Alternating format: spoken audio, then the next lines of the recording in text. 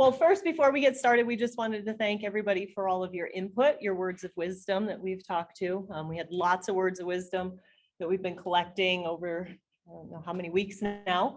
We were only able to put a few in the slide presentation, but we appreciate everything that we have learned from all of you over all of our searches and training. Right. You got it there? Yeah.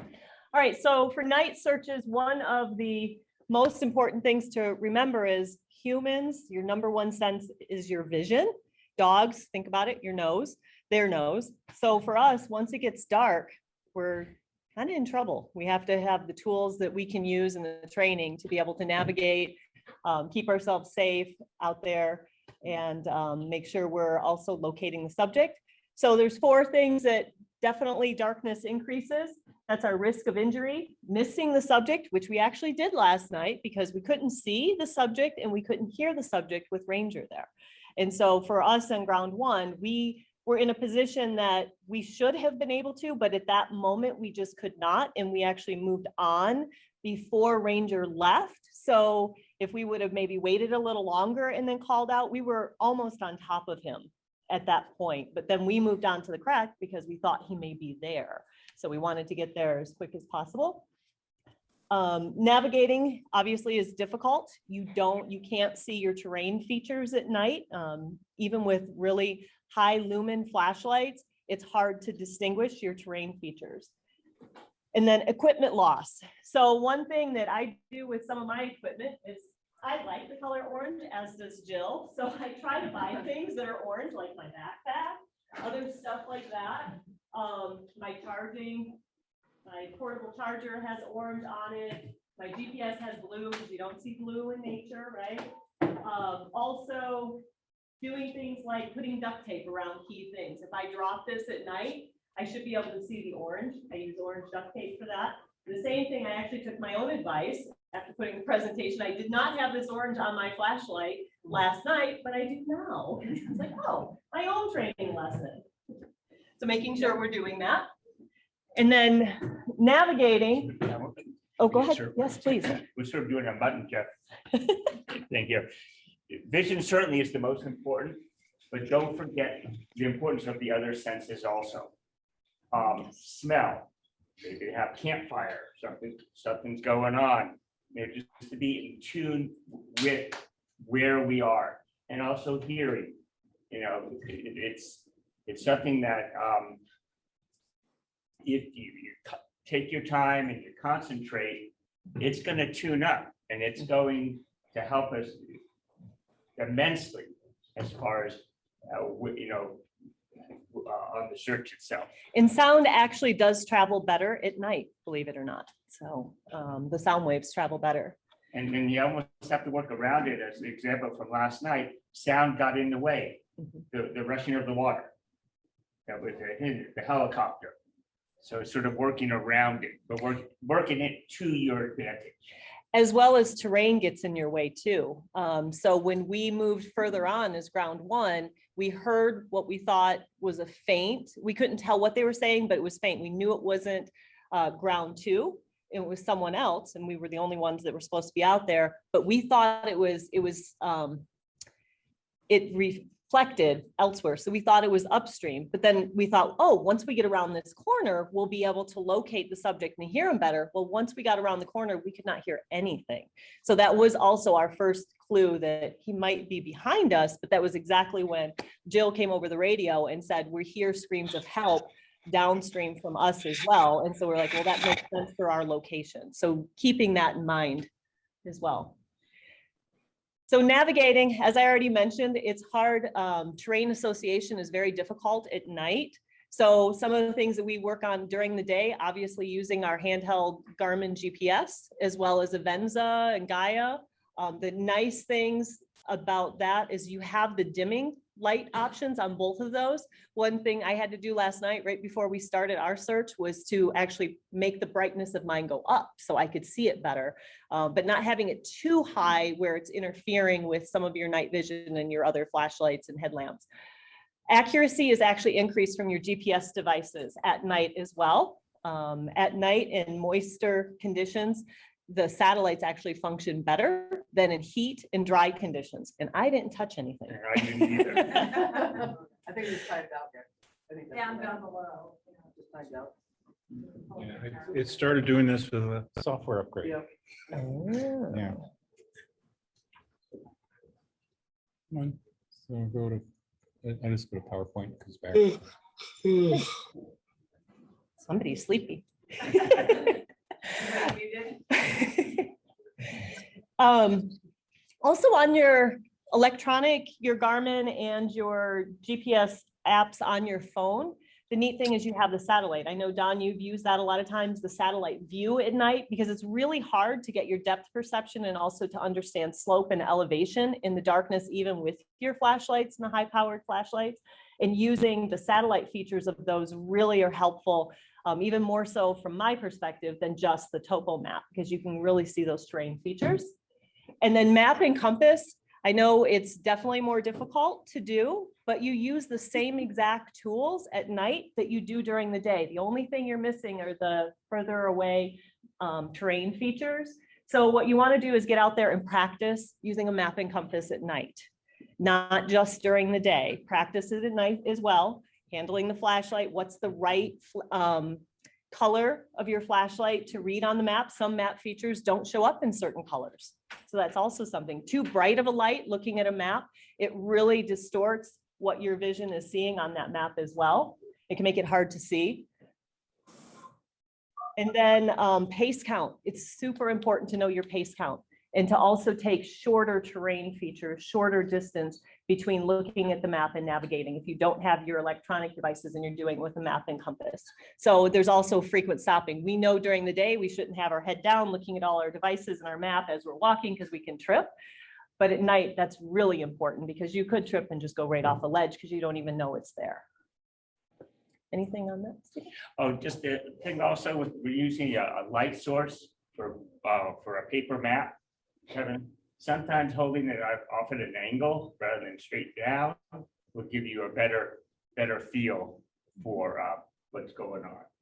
So the angle of your light does have an effect.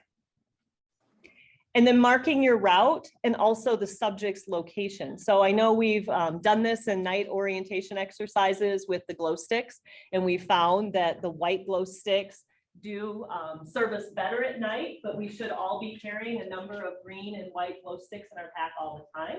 And we get those replenished when we use them up, but they really serve us well for night marking, as well as Gandhi and the orange marking powder that she turned us all onto at the Bell Rock exercise.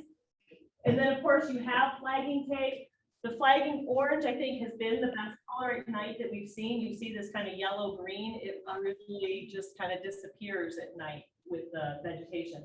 One thing, I believe it's on the next slide, but Gary had mentioned to us is if you're using flagging tape, whether at night or during the day, don't be stingy. Yeah. Use really long pieces. You know, and also don't space them too far apart because you can lose that trail, that sight line of that.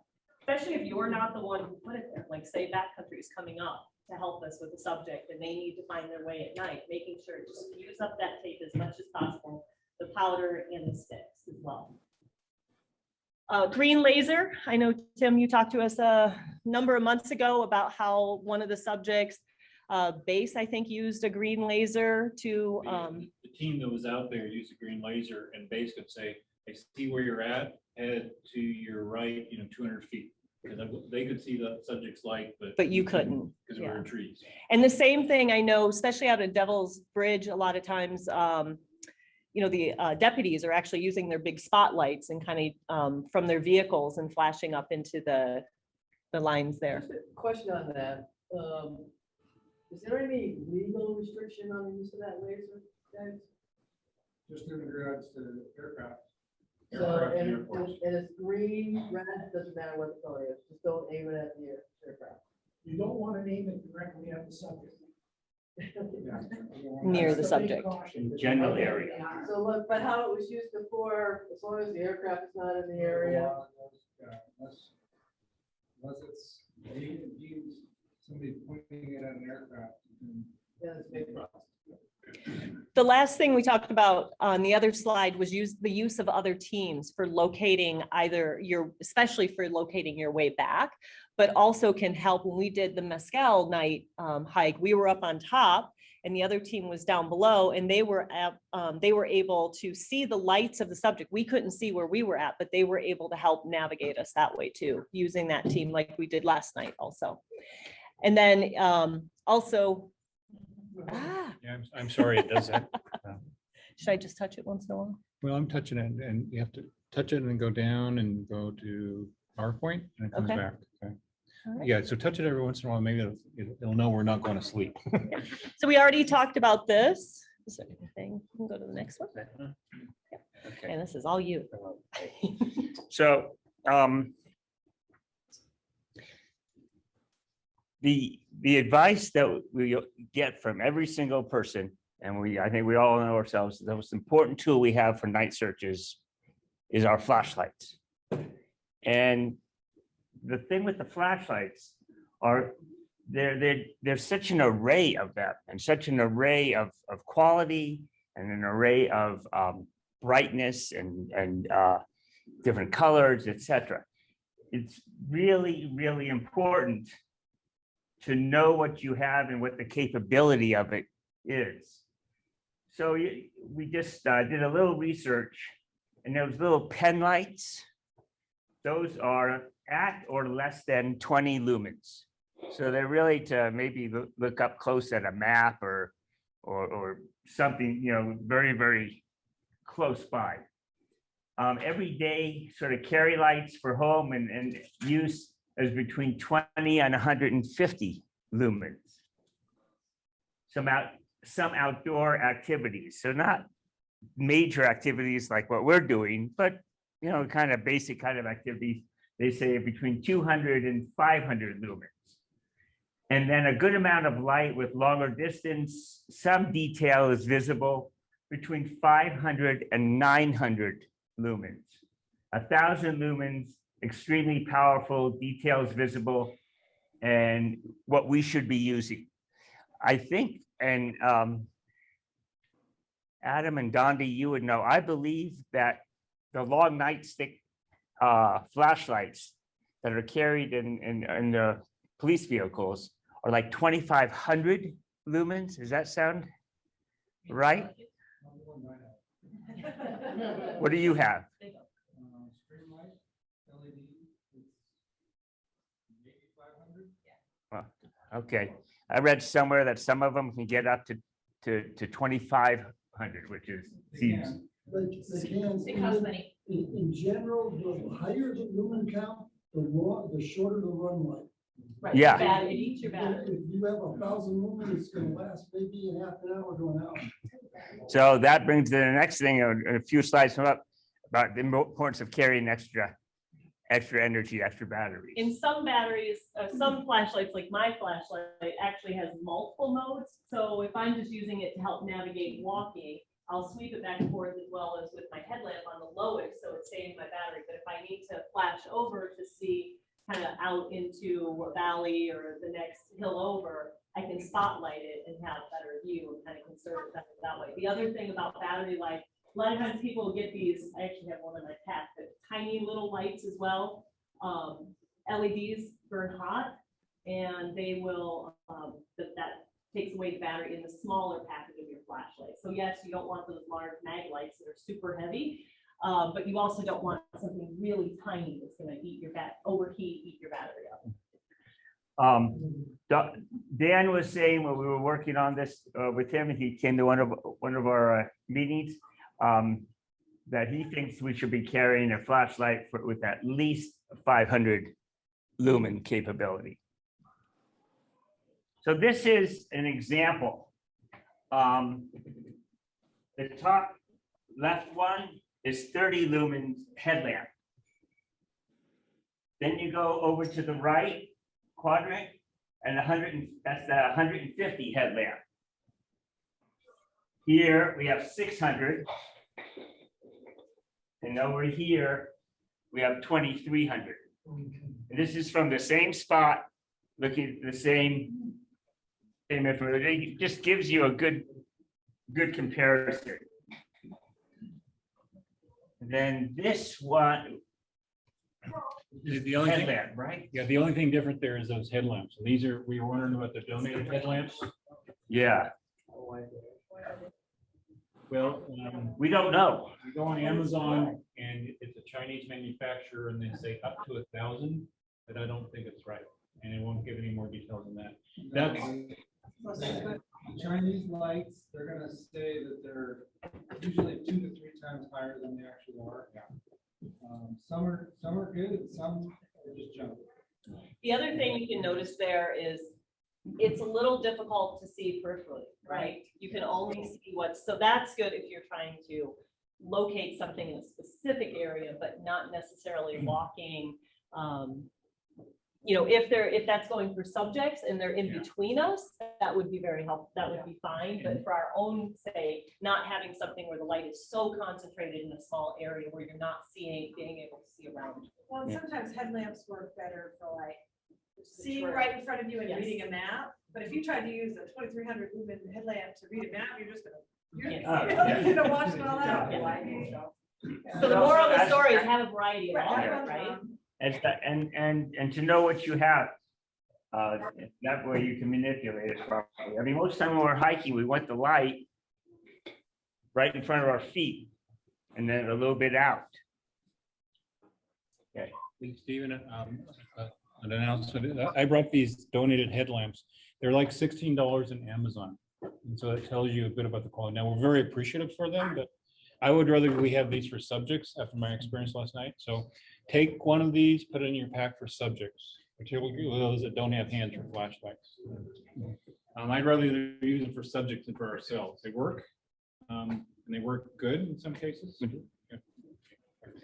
Right. So the other thing we need to consider is locating the subject. So a few ways we can do that. Stephen already mentioned the smell of their fire. Obviously, the light coming from a fire, their own flashlight, if they have it from their cell phone light. But what is usually the problem with that? They usually don't have a battery in their cell phone because they've been out hiking all day, using it for all trails to find unique places, right? They've drained their battery. Or the same thing, they don't have a flashlight with them. Laser pointing, we talked about that earlier, and then tracking. So this is one of the tracks that we had on one of our searches. You can see a little bit on the orange powder around it, but also putting direction of travel. I know Dondi, when she was on that search with Tim and I, was fantastic about how she marked it. She put these nice, great big orange arrows. So anybody coming behind us would be able to see that at night, identify where the track was, as well as the direction of travel. And they didn't really have to stop and think about which direction is it facing. Sound, we talked a little bit about how it was hard to hear, but the things we need to remember is when we go to call out or use a whistle, we have to all stop and stop making noise, shout out once or whistle a long whistle, and then wait. I always like to do it and then I want to move on, but gotta wait, give it time. We can often hear echoing happening, right? So it really helps the subject to process. Also, if you're scared, you're out in the dark all by yourself and you start hearing things, you may, and if it's far away, it may take a few times for you to recognize, wait, that's actually a human voice trying to connect with me. And then notifying the other teams. One of the things, it took us a little while, but what we did last night is we were able to tell that it was the team, each other calling out, but it would have been, we could have radioed and said, ground one is getting ready to call out. So there wasn't a mistake. We were close enough that I think we could distinguish that, but in other scenarios, we may not be close enough. And we may be thinking we're hearing the subject, but it's actually the other team on the other side of the mountain. Just because that came up, and I think Larry from Backcountry said the same thing. My only thought there, guys, though, is we're walking, we're calling out fighting. So are you calling each team back and forth? Because we're doing it the entire way. I think if we let each other know, just initially, we're starting to call. So at the beginning. Or I know we've done this on other, I think it was when Bob was out there on, I don't remember, Yavapai Vista Yeah, Trail, and we were calling, and I think the one team down below could hear us up above and thought it was the subject. And so and then we realized it was each other hearing, hearing each other, not necessarily hearing him. Well, I think to your point, I think what was different for us on last night was it was help in rapid succession. Mhm. And if we're doing our call out properly, we knew it wasn't you guys. 'Cause Right. you weren't waiting. They were just going, he said, help, help, help. Yeah. So that was an indication, it's not you guys, because you don't Right. call out that way. Yes, good point. And the other thing is that when calling out, we have to remember to call from different directions. Front and turn 90 degrees, turn 90 degrees, different directions out there. Just, how was about 2 years ago, we had a whole little exercise on proper ways of calling out, just to remember all that stuff. And with calling out, it also goes to listening. If you reposition where your ears are, you may actually hear them calling back out where you may not have heard them if you're facing this direction and they're back there behind you. The other thing is Denise did a fantastic job with this last night, was making sure the subject stays put. With that excitement, they're afraid, especially at night. We know subjects all the time are nervous, they're lost, they don't know what to expect, they're really worried, are they going to get back to their family? When you add darkness, you've just magnified that 100 times.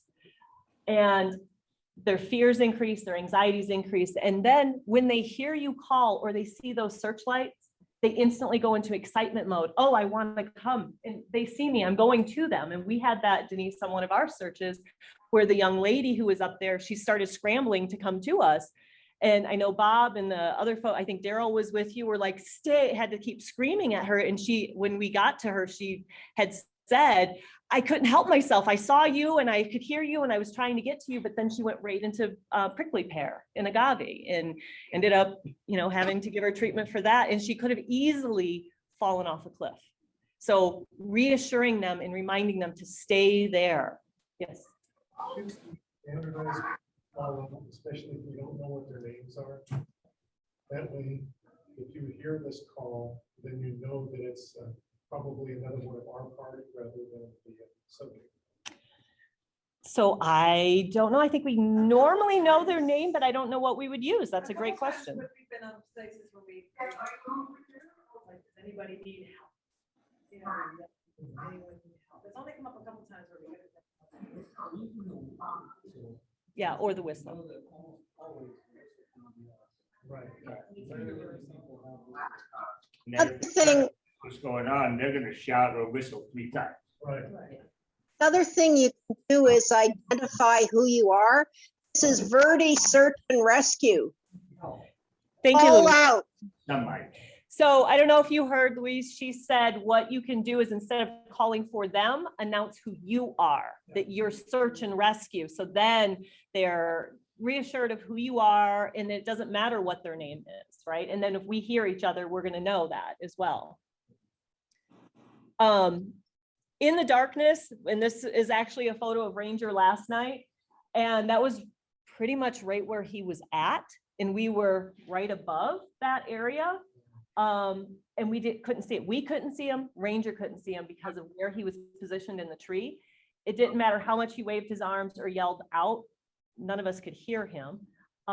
So it's easy in darkness to walk past, to not hear and not see. If it would have been daylight, we would have seen him from ground 1 on Bell Trail. We could have easily saw him. But because just where he was positioned, we could not see him.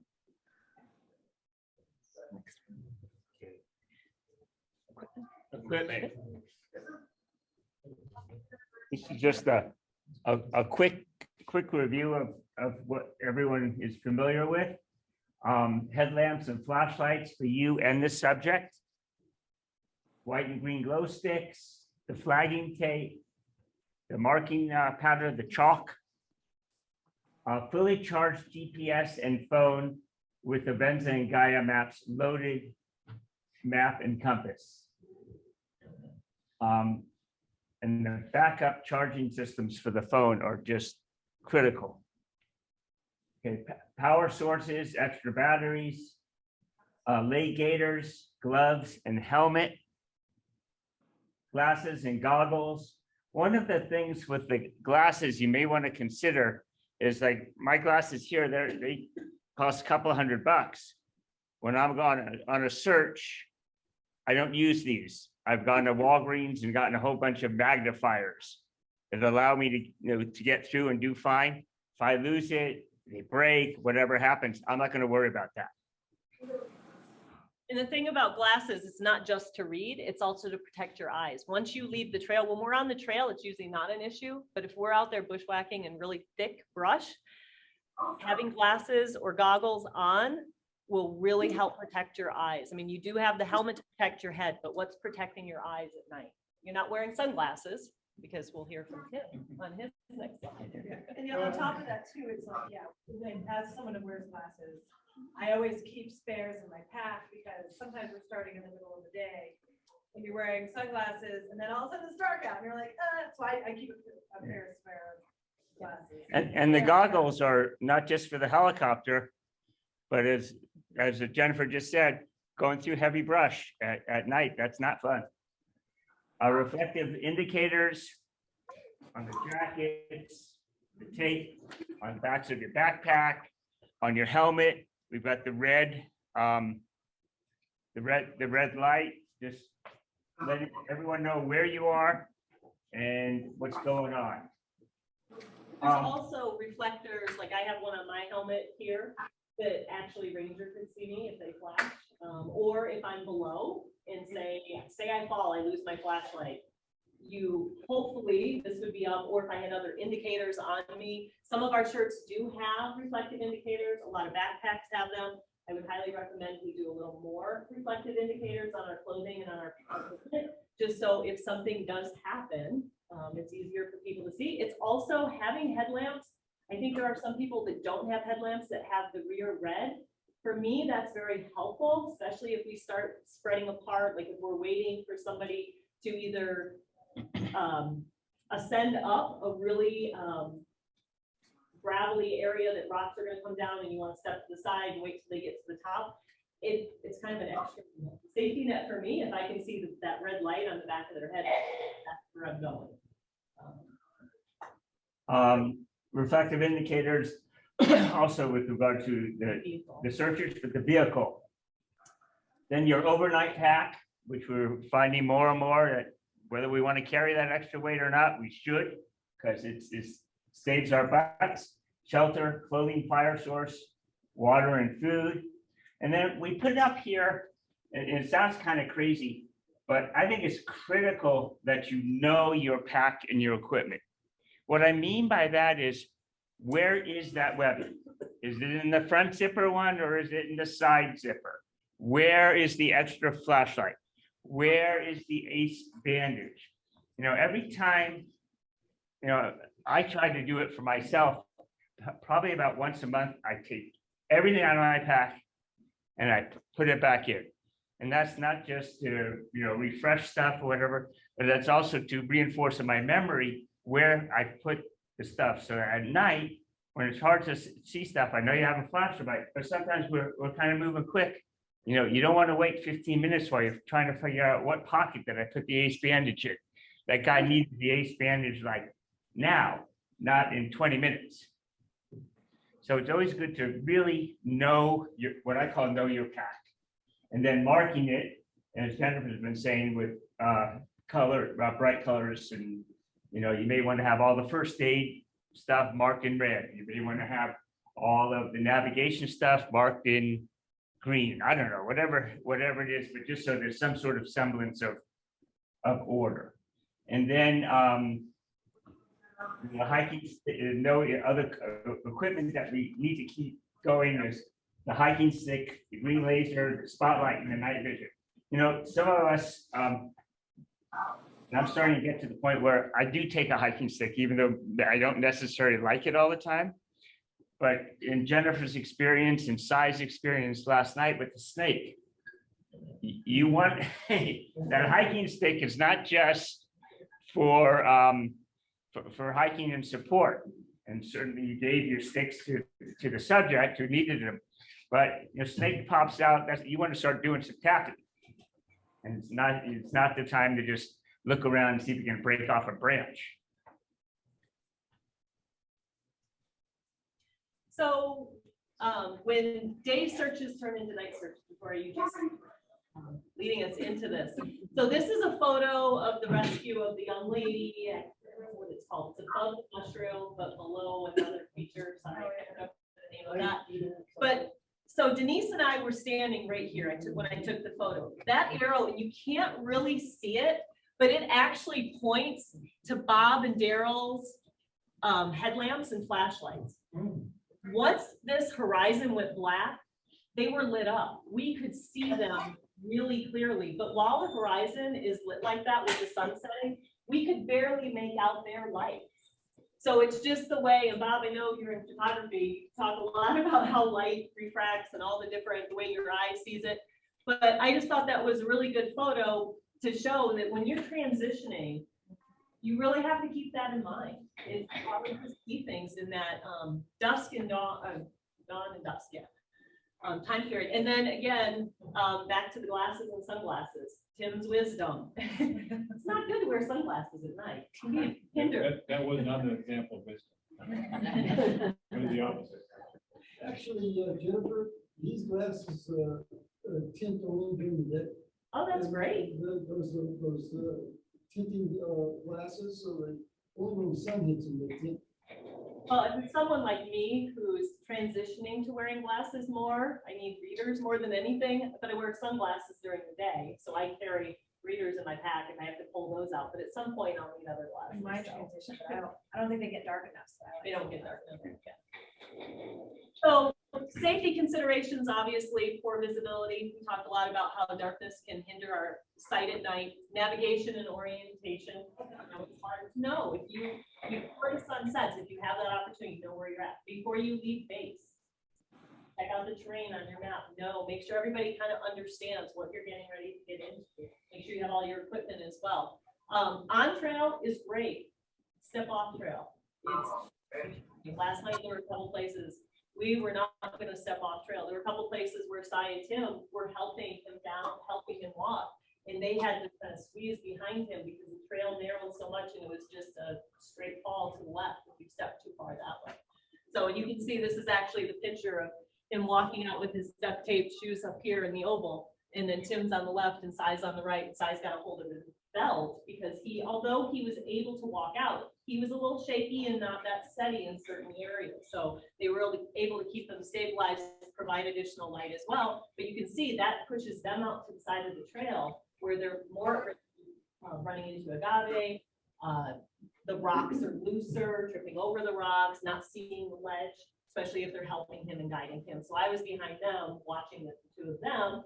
Sorry, Cy, I didn't grab you quick enough. If they fell, they weren't going to get themselves hurt, right? So it was like the spotters for the Jeeps. Yes. Right. I mean, spotters for each other. And then definitely keeping in mind when the sun drops, our temperatures drop, and humidity actually increases. So what happens when temperature drops and moisture in the air increases? You tend to get cold, right? So making sure that if you're on a surge and you have your equipment with you, keep you warm and keep the subject warm. We do carry extra batteries. Oh, sorry. That's, yep, you've already, Denise's wisdom about carrying extra batteries and and making sure you keep them in your pocket when the temperatures are lower. If you don't keep them in your pocket, your batteries aren't necessarily working in cold weather. Other safety considerations, hazards, flora, fauna, the terrain, watching your hand placements. At night when you're leaning up against a tree or something like that, it's probably not a good idea. You have no idea what's on the bark of that tree. Sitting down on a rock when it's time to take a rest, or you're checking something, tying your shoes, whatever it is. Scorpions love rocks too. And just being very, very careful about where you're placing various parts of your body. Being alertness. Just making sure, watching yourself as far as your own exhaustion and your own body heat, etc. Extraction equipment, the risks, just the basic safety risks. We've all been through or most of us have been through how to use the Stokes basket, how to carry someone out, how to change things, how to hand off, things of that nature. Just to remember all the lessons that we practice when we're doing it. And know at night, it's gonna be a lot harder, similar to Cy and Tim walking next to him last night. If you got that Stokes basket, you're already looking for during the day, you're looking at your footing, but now you're doing it in darkness you don't have flashlights because you're holding that basket. So you're relying on your headlamp that you're not wanting to blind the person with the Stokes basket, right? So just really keeping all those things in mind. The other thing, the whole thing with red ants and scorpions, they come out a lot at night. And I think when we did the exercise off of Dry Creek, when was that, a month ago? When we with the paper maps. Yeah, I think Jennifer counted, was it 6 or 7 scorpions? Something like that. Last night we had just as many. Yeah, a pretty good amount right there. And then Si, this is your friend. We went in, you went by the. That was an Arizona blacktail rattlesnake in that picture. Well, it was. I was trying to find one, but didn't have the band. And then this one, we all know that tarantulas really aren't going to hurt you. But the reason I put it in there, a lot of people have phobias of spiders, right? Whether you're a searcher or you're a subject, and if you're walking, say, along a cliff edge, and all of a sudden there's a tarantula, and you're the first person, and say the third person in line is deathly afraid of spiders, and they don't have that warning, and they might step to the right out of fear and go off the cliff, believe it or not. So it's just something to keep in mind. They're not going to hurt you. I mean, yes, they can bite, but you leave them alone. But keeping in mind, not everybody reacts to the creepy crawlies like some of us. I think they're fascinating. As a matter of one of the things we may want to consider adding to our checklist of things to do before we take off, when we're going around and the leader says, are you, everyone feeling okay? Everyone have their meds, everyone have this, everyone have that, the whole checklist. Does anyone need to tell, does anyone have fear of heights or fear of tarantulas or something, just so we keep it in mind and be able to watch out. And typically, if you have a fear and you, at least in my experience, if you have an opportunity to process before it's right there, you can manage better. So that's why, like, we tell people low branch, or watch the slit area here. If we have these creepy crawl, obviously with the we all want to know about that and stop. But the other ones, I mean, last night, Larry, I think, had said, or maybe it was Cy, said tarantula. And I was like, oh, great, tarantula. And Tim knew the tarantula was coming. Well, we also don't want to step on it. So. And we all know this guy, and we all know the story. So always got to watch for them. So last night you saw every one of those, right? We did. And plus, what else did you see? Just as an aside. A ringtail cat, the first one I've ever seen in a while. They're super excited. Oh, really? How cool. I think that was awesome. He was on a tree and he was like doing a little loop thing with the tail and all of that. It was incredible. So the other thing that was on the slide that we skipped over was the bio break. Just because the sun goes down doesn't mean we stop using the back, taking a bio break. At night, we really have to be cautious about that.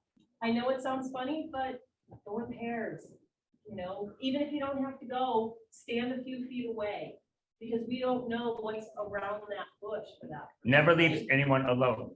And make sure the rest of the team knows. I know that Mescal orientation hike, we at night, I know you and Dan stayed back, you stayed back, I think, for Dan or vice versa. And then, but the rest of the team was going. So I kind of stood in the middle watching both, I didn't want to lose. You always want to, not only during bio breaks, but even as we're staying in order and hiking, don't get too far ahead of the tail. The ringtail? That too.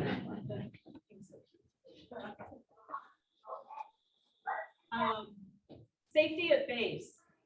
So we've experienced this a lot. We end up getting blinded by each other because we have our headlamps on. If you're driving into base and somebody has their headlamp on and they happen to turn and you're trying to drive in, that driver can be fired. So let's keep that in mind. Use of red lights. I wish my light actually, it looks like it have a red light. It doesn't. I'm gonna invest in one that has a red light, because that way you don't have to worry about where it's pointed. It's a lot easier on your eyes at night, especially if you're trying to write and take information down. But turn them off and use your flashlight, right? Like, you can do that. Or stick them, I think, Tim, last night you had yours sticking all the way up to the sky. But the thing about that is if you have ranger in there, you don't want to do that, right? Stay out of the road. So my experience, we sometimes take for granted that people are gonna stop for us. On that hike that we did at Mescal, we were all crowding the road. Some of us were standing in the road. I actually, after I was, and we all shut our headlamps off, right? Because we were blinding each other. Granted, there's a nice stretch of road, but people fly down roads, especially wilderness roads like that. They don't expect anybody to be there. The last thing you want is to startle them, because all of a sudden they see something and then they're slamming on their brakes and swerving and they get into an accident or they hit one of us. So I actually stood there with my flashlight on and kind of held it to the ground, but enough that they could see. So doing that, or better yet, we have chem lights, right? Maybe put a couple chem lights down. If we can't get off of the road, or even in parking, in Devil's Bridge area where we park, a lot of times, you know, there's the different ways you go in the main way, but a lot of times we stop right there, making sure, because we all turn our headlamps, our headlights off and our other lights, so we're doing dim light, so we can function better, but then people coming in are not doing this. So making sure we're keeping all of those safety things in mind. And then vehicle safety, I think I've mentioned 10 times, dimming your vehicle lights at base. Once you get in and you can see people, if you're able to dim them, do that. Open your windows, because that's your sense, the sound. So if you have your windows open, last night, Adam, I guess he left, the subjects were leaving and they almost backed into a big boulder. And so everybody starts screaming, and thankfully their windows were down. They're like, they were able to stop right away. In the sign, yeah, they were gonna run over that. Reducing your speed. You know, we're all excited, our adrenaline's pumping, we wanna get there, we wanna get on the search as fast as possible, but please, you all need to remember to watch your speed. And then guiding vehicles. So Dondi, I'm thinking this would be a fantastic class in the future. I don't know that people really know how to guide vehicles at night. The use of flashlights or glow sticks, right? Highly not recommended. But you may have to do it, right? On a trail, if we go backwards at night, and we're gonna be looking into the vehicles with being on the back of our vehicles, it's very difficult to go backwards at night. But even at base, right? There's people all around, there's other vehicles. Keep in mind, maybe somebody needs to stand for it. We'll get out safely. Just not place. Sometimes we don't get those safety. Okay, other considerations. There'll be other units in the area, such as, you know, helicopter traffic, that we have, we just sort of talked about, you know, how spotters are gonna interact. What did you mean by the next one? Just know the flare thermal signature that the helicopters often may or may not have. I think we have one or two I think there's one. have that. We have the heat source. Yeah, heat sensing. Yeah. And then LZ, one of the things that came up last night for Justin was, you know, finding an LZ for ranger in that area.